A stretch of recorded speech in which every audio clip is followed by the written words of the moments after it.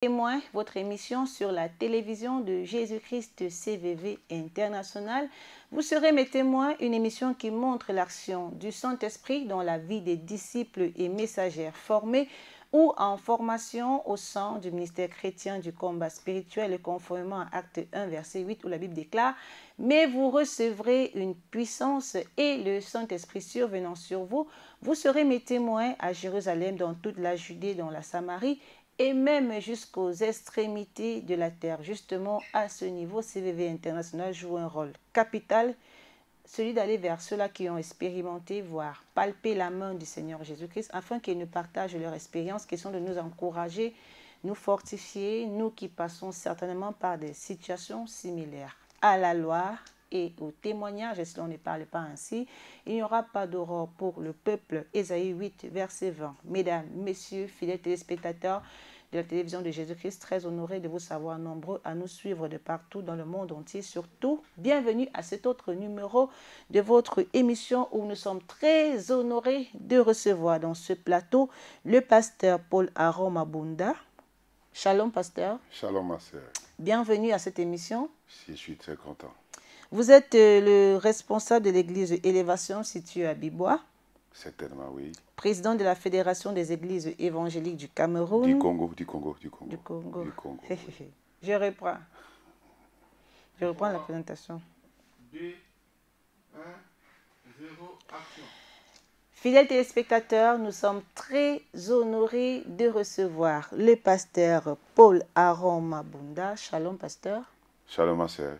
Très honoré de vous recevoir dans ce plateau. Oui, je suis très content.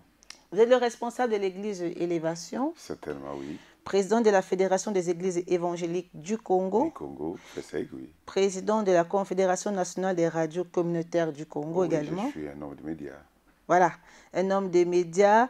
Vous êtes, vous avez un master en économie du développement, oui. Ingénieur technicien en audiovisuel. Une spécialisation en audiovisuel. Voilà, donc marié, père de 6 enfants. Je confirme. Dont 2 de vos enfants sont également des pasteurs. Des pasteurs, oui. Alors, avec vous, on va épingler quelques aspects de votre vie. Oui. Question de fortifier, encourager ceux-là qui ont vécu des situations comme vous. Votre procédure, comment Dieu agit dans votre vie peut les inspirer également. Et vous êtes un ancien du ministère chrétien du combat spirituel de la promotion, depuis Joseph. Depuis 90, disons 92, 92. Alors, pour la petite histoire, vous veniez au ministère en 92 pour, comme agent de service pour voir de quoi il est question au niveau du VV Center. Et une fois arrivé, vous avez été attiré par le message. En fait, au ministère chrétien du combat spirituel, bon, chacun est venu de sa façon. Mais moi, je ne suis pas venu pour venir prier. Je suis venu à ma première venue. Hein. Je ne suis pas venu pour chercher la délivrance ou quoi. Je suis venu au ministère chrétien spirituel. Là, à l'époque, j'étais dans les services. Les ministères étaient déjà dans l'effervescence. On va savoir bien au niveau du service qu'est-ce qui se passe là-bas. Est-ce qu'il y a des sons politiques? Qu'est-ce qui est caché dedans? Et on va sélectionner au niveau des services des gens qui priaient, qui ne pourraient pas être repérés, et qui puissent comprendre ce qui se faisait là-bas. Et moi, j'étais sélectionné parmi ceux qui devaient venir, en fait, qui sont venus au ministère chrétien spirituel pour essayer de savoir qu'est-ce qu'il dit. Il se disait à l'époque, non, ils ont un ngouma moko, maman langue baluka ngouma, ils ont un bloc morezo ça y a politique et ça kuna. C'est ce qui nous a amenés au ministère chrétien de combat spirituel. Et quand on arrive au ministère chrétien de combat spirituel, j'ai été captivé par le message. Au lieu que ce soit la mission là que je devais venir, en fait, c'était les chemins par lesquels le Seigneur m'a appelé pour les connaître davantage. Donc, quand je suis arrivé, et finalement, les collègues, nous sommes arrivés, on s'est répartis dans différentes activités du ministère chrétien de combat spirituel. Il y a des ceux qui sont allés à l'IPEN. Et moi, j'étais choisi pour aller à VV. Et quand nous sommes allés à VV, je me suis inscrit déjà dans la classe. Et immédiatement là, les enseignements ont commencé. Et j'ai été attiré par les messages. Certainement, j'ai foulé au pied la mission que je suis venu faire ici. Même au niveau des services, ça m'a coûté. Puisque j'ai dit que je n'ai rien vu du mal de politique ou de tout ce que vous êtes en train de raconter, des Ngouma ou quoi. Non, non, non. J'ai jamais vu. J'ai vu la parole de Dieu et j'ai vu Dieu là-bas. Alors, vous avez été captivé par le message. Oui, moi, c'est le message de la délivrance. C'est le message de l'adoration qui m'a été attiré, puisque là où je venais à la Sébéco, disons à la communauté baptiste du Congo, en passant aussi par les assemblées dédiées, je n'avais pas reçu ce message-là. Alors, quand je suis arrivé, ce message-là m'a attiré. J'ai compris que j'avais une situation, j'ai compris que j'avais un problème, j'ai compris que j'ai des origines. J'ai compris également que j'ai vu les difficultés. Ma famille vit en difficulté. Bien sûr que moi, quand je suis venu au ministère spirituel, je n'étais pas pauvre. Je n'étais pas aussi quelqu'un d'une vie basse, non. J'étais quand même dans une classe. Et je suis arrivé. À joindre les deux bouts. Oui, et puis j'étais bien. Donc j'étais pas malheureux aussi. Donc j'étais bien, j'étais dans les services. Et quand je suis arrivé, ce message-là m'a captivé et je suis devenu vraiment, j'ai adhéré. J'étais devenu vraiment adhérent au message. Je veux qu'on comprenne bien. Avant de venir au ministère chrétien du combat spirituel, vous avez déjà fréquenté des assemblées où il y avait des messages. Mais qu'est-ce qui vous a particulièrement, qu'est-ce qui vous démarque? Le message du ministère du combat spirituel vous a apporté quoi de plus? Je suis passé, avant de venir au ministère chrétien spirituel, moi et ma femme, on est passé par la Sibéco, la communauté baptiste du Congo. On est passé également par certaines églises telles que les assemblées dédiées également. Mais là, quand je suis arrivé, le message qui m'a beaucoup attiré personnellement et qui a attiré également ma famille, ma femme et surtout mes enfants par après, c'était le message de la délivrance. C'était le message de l'adoration. De l'adoration, puis la pure adoration. Et qu'on n'avait pas vécu ailleurs, qu'on n'avait pas fait ailleurs. Quand nous sommes arrivés, on nous a enseigné les origines. Nous avons compris qu'il y avait des problèmes, des sources. Vous voyez? Et qu'il fallait que nos sources soient assaisonnées pour recevoir maintenant la grâce, la divinité, la bénédiction et les saluts.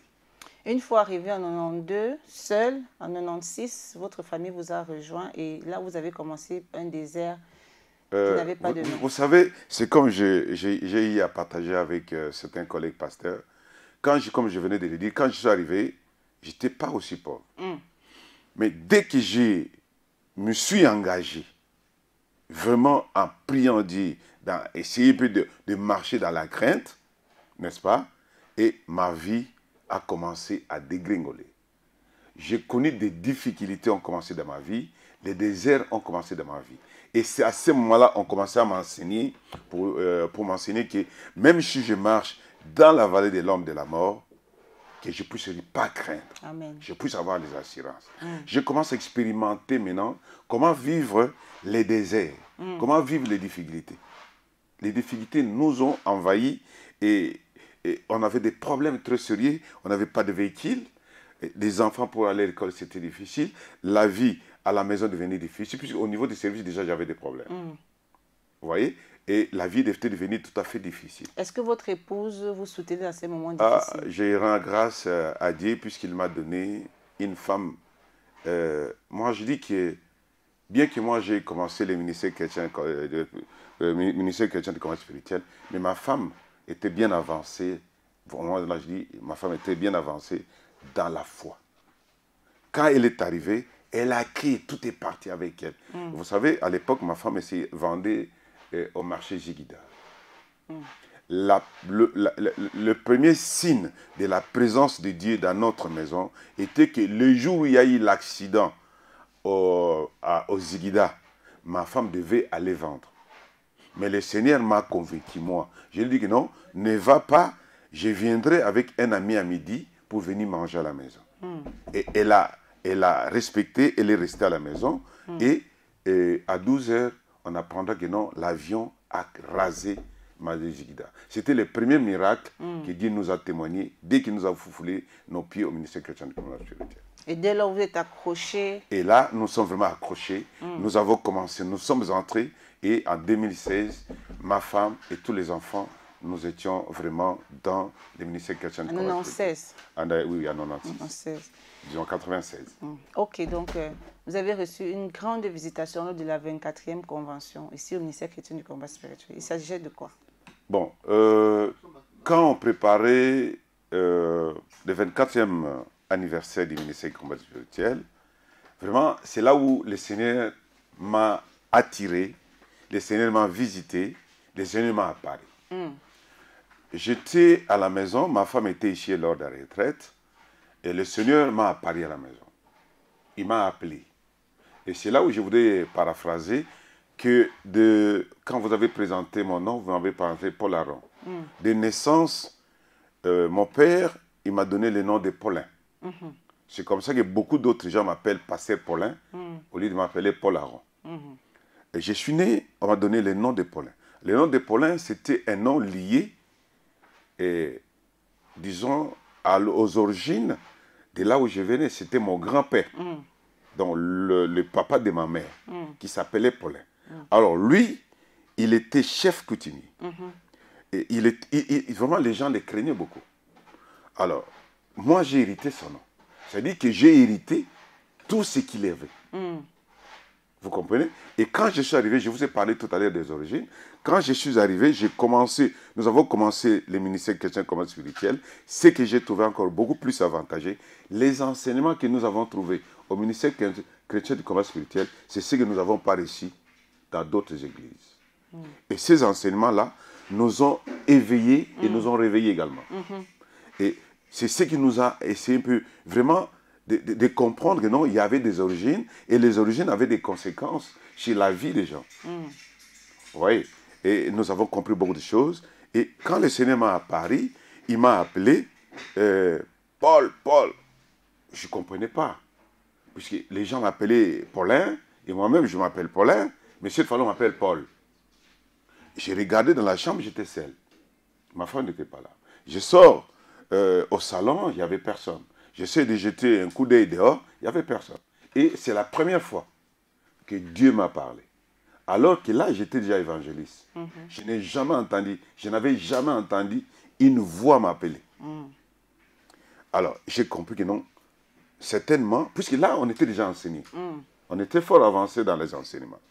Alors, j'ai compris que non, il y a quelqu'un qui est en train de m'appeler. Je voulais comprendre c'est qui. Est-ce que c'est du dehors qu'on m'appelle?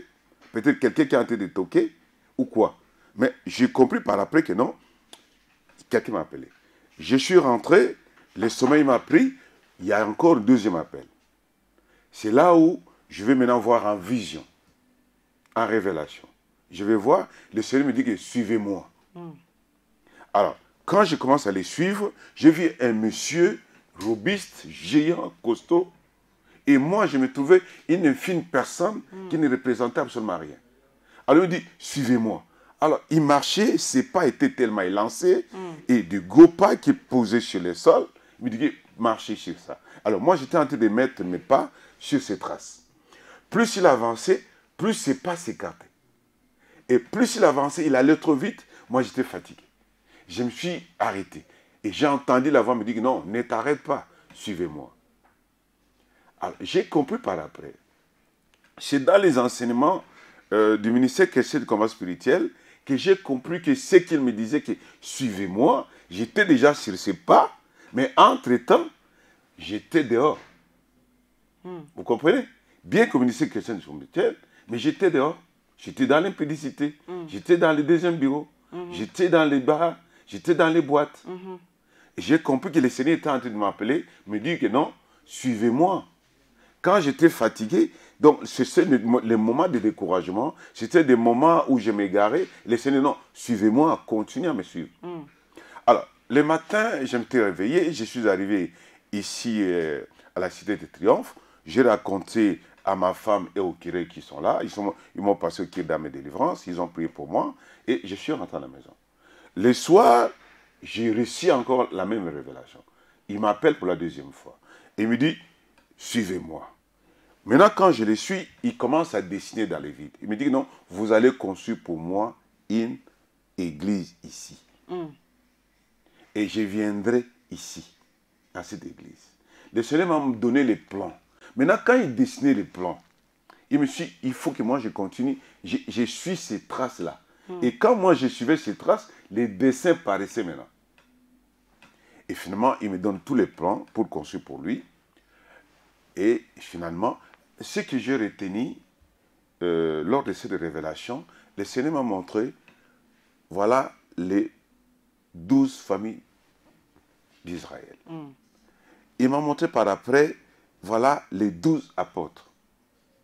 Je vais vous dire ça par après quand je vais vous annoncer qu'au niveau de l'église d'élévation, nous sommes en train de construire. Comme nous sommes en train de construire, nous sommes en train de suivre les instructions que le Seigneur nous a données. Lorsqu'on a posé les fondations, on a mis 12 pierres qui symbolisent les 12 tribus de Juda et les 12 apôtres. C'est là où j'ai compris que le Seigneur parle. Le Seigneur s'est révélé à moi. Il était en train de me donner le pouvoir, l'onction pastorale, les bâtons pastoraux. Pasteur, avant de continuer, hein, vous nous aviez dit que le nom de Paulin était le nom de votre grand-père maternel, oui. Chef coutumier. Non, maternel. Mon grand-père maternel. Grand-père maternel, ouais. Qui était un chef coutumier. Qui est chef coutumier. Par rapport aux enseignements du ministère, quelle était l'influence de ce nom sur votre vie? Ici, je voudrais, en tout cas, moi, je suis venu rendre grâce au Seigneur. Je suis venu dire merci Seigneur. Puisque j'ai compris que la crainte de Dieu, c'est le commencement de la sagesse. Alléluia. Et quand vous craignez Dieu, vous commencez à marcher selon le commandement de Dieu. Dieu vous visite et vous surabonde dans beaucoup de choses. Donc aujourd'hui, je suis venu témoigner la grandeur de Dieu, ce que Dieu est en train de faire dans ma vie. D'abord, je marche dans la crainte, je l'adore, je le loue, et le Seigneur est en train de faire beaucoup de choses pour moi. Et aussi aujourd'hui que je suis en train d'expérimenter que non, la vision que j'ai reçue, la révélation que j'ai reçue est en train de s'accomplir. C'est le premier élément. Alors, par rapport aux conséquences de l'influence de ces noms-là et de ce que mon grand-père avait, c'est ce que j'ai vécu quand je suis arrivé au ministère chrétien de combat spirituel. Puisque quand j'étais en dehors du ministère chrétien de combat spirituel, j'étais dans leur camp. Donc, j'usais de ce pouvoir-là. J'étais identifié dans ce camp-là. Ils m'utilisaient comme moi-même également. J'étais utilisé ou je pouvais utiliser également dans ce cas-là. Mais quand j'ai connu le Dieu du combat spirituel, je me suis séparé avec la coutume et la tradition. C'est là où j'ai connu les conséquences maintenant. La sécheresse est venue chez moi. Ils m'ont bloqué. Tout ne marchait pas. Je sais vous dire que j'ai eu des problèmes au niveau du service. Tout était bloqué. La vie en famille était devenue difficile. On a connu un désert imaginable. On n'avait plus rien à la maison. On n'avait ni une voiture. Les motos, on ne pouvait même pas, parce que les motos sont venues après. Même pas un vélo. La petite voiture Peugeot qu'on avait, elle était tombée en panne. Donc la vie était devenue difficile. Locataire à l'époque, il fallait payer le loyer. On n'était même pas en mesure de payer le loyer. Vous voyez, la situation était devenue compliquée. Et face à cette difficulté, vous avez basculé dans une vie de débauche? Non. C'est-à-dire que quand on est arrivé, on a commencé bien sûr à prier, mais on était dans cette vie, dans cette sale vie. Et je vais vous donner un témoignage encore, ma sœur. Vous savez comment est-ce que le Seigneur attire les gens et comment est-ce que le Seigneur m'a attiré? Je suis en train de demander à tous les frères Joseph qui sont rentrés dans la vie de la chair, dans la vie du monde, de rentrer. Amen. Puisque moi, à l'époque, je me souviens en 2013, j'ai rentré, malgré que j'étais au combat spirituel, malgré les enseignements que je suivais, mais j'étais encore le pied dehors. Un jour, le Seigneur m'a rencontré.